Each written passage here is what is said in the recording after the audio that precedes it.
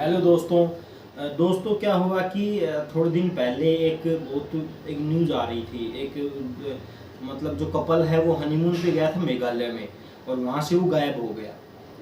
तो इसके बारे में हम रोज चर्चा करते रहते थे कि यार वो कपल गया है, वो मिल नहीं रहा है, वो खो गया है। अब ऐसी मेघालय जैसी जगह है, पहाड़ी इलाके हैं वहाँ पे, तो उसमें वो खो गया। अब बात जब जब वो कई दिन तक मिले नहीं, तो 5-7 दिन गुजर गए, वो मिल नहीं रहे, तो फिर टूरिज्म पर बात होने लगी कि भाई, फिर कुछ लोकल ने बताया कि यहाँ पे क्या करते हैं कि लड़कियों को तो मार देते हैं और लड़कियों को बांग्लादेश उठा के ले जाते हैं।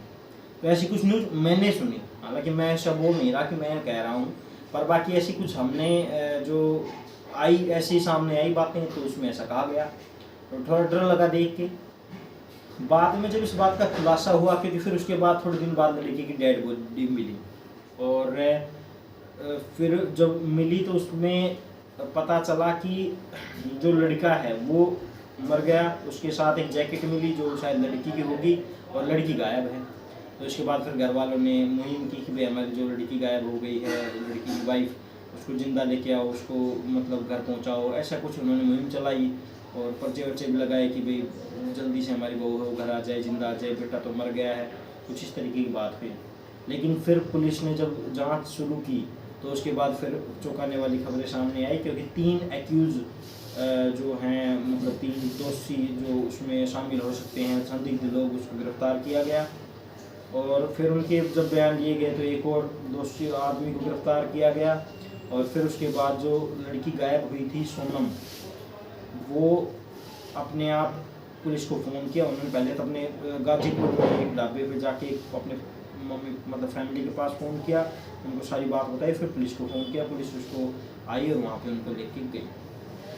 अब मामला क्या है, जब उससे पूछताछ हुई, जब सारी चीज़ें सामने निकल कर आई, तो ये निकल के आई कि वो जो लड़की है उसने अपने हस्बैंड को मरवा दिया है। राजा रघुवंशी नाम था, एक हंसता खेलता परिवार। उनकी शादी 11 मई को शादी हुई थी उनकी, और उसकी बहुत सारी वीडियो सामने आई थी जिसमें मेहंदी की रस्में हैं, डांस वांस है, ये सब चीज़ें। क्योंकि जो लड़का है राजा रघुवंशी, उनकी बहन है, वो काफ़ी इंस्टाग्राम पर फेमस है, उनके बहुत लाखों में की संख्या में उनके फॉलोअर हैं, तो इसलिए ये चीज़ें वायरल हुई। और फिर उसके बाद राजा रघुवंशी तो नहीं रहे, लेकिन अब जांच जब सामने बढ़ी तो फिर पता चला कि जो लड़की है सोनम, उसने अपने हस्बैंड की सुपारी दी थी मार के। बात शुरू होती है जब लड़के की सगाई हुई, तो लड़के को टाइम नहीं देती, इतना बातचीत नहीं करती थी। तो लड़के ने पर घर वालों को डिस्कस किया कि मुझे लगता है कि शायद इनको नहीं पसंद होगा या ऐसा कुछ, तो अगर आप बात कर लीजिए। तो फिर हुआ कि भाई नहीं, काम में बिजी रहती हूँ, ऐसा कुछ उन्होंने कहा। क्योंकि उनकी जो लड़की है उनका बिजनेस है प्लाईवुड का, तो उनकी दुकान है और अच्छा ठीक ठाक बिजनेस है, जिसमें अपने भाई के साथ वो काम करती है, तो पूरी उसमें बिजी रहती है। शादी हुई तो शादी की रस्मों में भी उसने कुछ इंटरेस्ट दिखाया नहीं, उनकी मतलब फ़ोटो इतनी खास सामने आई नहीं कि ऐसा रही है, या एक वो होता है चाव टाइप होता है, वो हुआ नहीं, तो वो ठीक नहीं दिखा मेरे ख्याल से। फिर उसके बाद थोड़े दिनों बाद ही उन्होंने क्या किया कि हनीमून बुक कर दिया।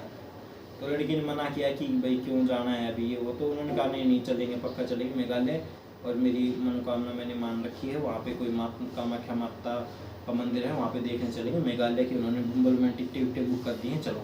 तो ज़बरदस्ती दबाव बना के अपने परिवार उनको कह के हस्बैंड को साथ ले गई, जिसमें उसने अपने हस्बैंड को सभी चांदी की जो सोने की चैन है, उनकी गुट्ठी जो भी आभूषण है, उसे भी साथ ले जाने को कहा, ताकि वो मर्डर जो है उसको मार के और एक लूटपाट का अंजाम देते कि भाई किसी ने लूटपाट की और मार के उसको फेंक गए, ऐसा कुछ उन्होंने सोचा।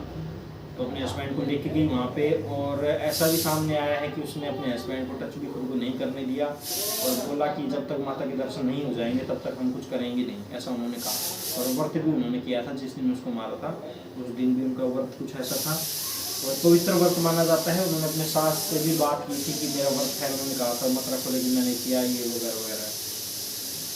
उम्र की बात करें तो सोनम की उम्र 25 साल।